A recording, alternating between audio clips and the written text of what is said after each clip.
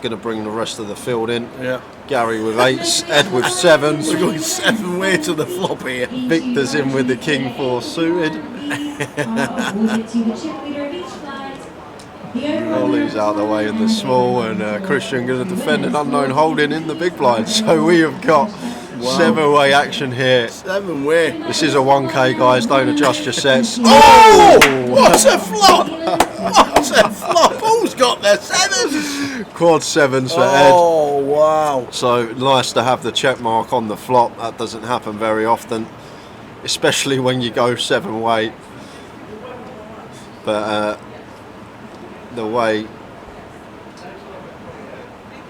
that we're going to get paid is what I'm thinking, Tower. It's going to be difficult. I guess we're going to get a street from Gary. Gary has pocket 8s, but in this multi-way coup, Jimmy's in. Need to be proceeding with caution. Well, Jimmy just goes for the C-bet into 6 players under turn.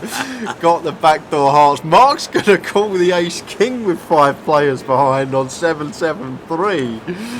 And Gary here now with the 8s. This is actually a tricky spot, Tower. The thing is, we're getting 8-1 on a call, so probably going to take one off with position. Like the times we do hit an 8, in general, we can win a huge pot, but it would actually be a disaster on this occasion because we got Ed sat there with quads. And what's Ed thinking, Tower? He's thinking, what have you all got? He can tell with his face, he's like, how many 7s in this deck? Does he raise or he just calls? Of course he calls. Like, what on earth have these lot got? He's thinking, I've got 2 7s in my hand. It's gone bet, call. Yeah. So, wow. See the turn. Oh, and Gary Bush on the Gary turn. Bush, Tata. Wow, ill for Gary. And it's going to be a nice clean double up for Ed.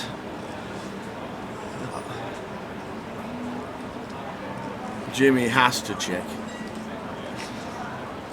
3 players calling behind. He's not. What is he doing? Oh my word! He's at it again. So he bets into 6 players. He gets called in 3 spots. He's now continuing into 3 players. Yes, we picked up the nut flush draw, Tower, but there has to be a 7 out there. Once it goes bet, call on the flop, there's so likely a 7x is out there. And the times that we're met by a raise, and if it's a chunky raise, we then just got to fold and don't get to realise our equity, because our ace and our 10 are never any good. We have to hit a heart. We can be drawing dead. It's like, what have you it's got? just a dream for Ed. It's the absolute dream, Tower. These scenarios, you sleep and you have dreams about these situations. Flopping quads in Hold'em and someone turning the nut boat and keeping it trappy as he should be with position. Wow. Just fading the one out on the river. Wow. Oh my word! Oh my gosh!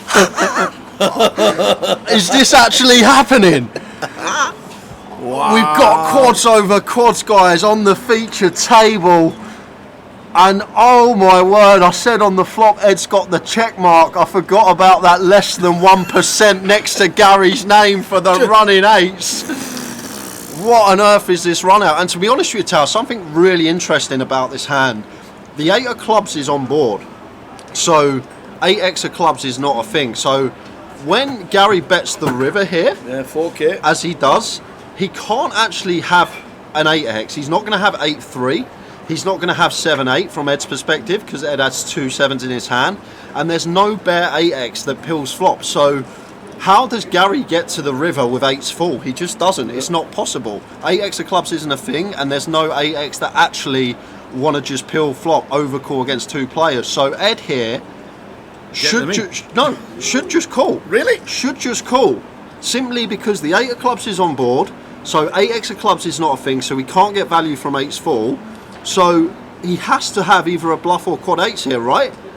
Because a bare 8x isn't going to float flop. There's no 8x that has any draw now with the 8 of clubs on board. So Gary basically has to have quads here or a bluff, because 8s full isn't a thing with the 8 of clubs on board. So I'd love to just see a call here from Ed. It seems crazy.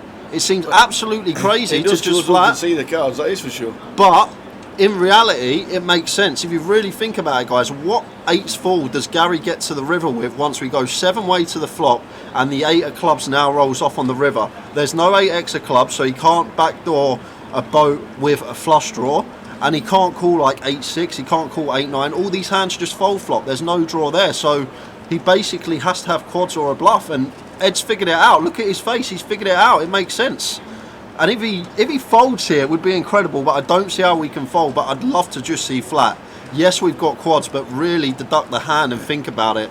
Like, what's Gary supposed to have here? There's no bare 8x that get here this way, so it's either quads or a bluff. Pocket threes isn't going to go for value. Can have ace-x of clubs?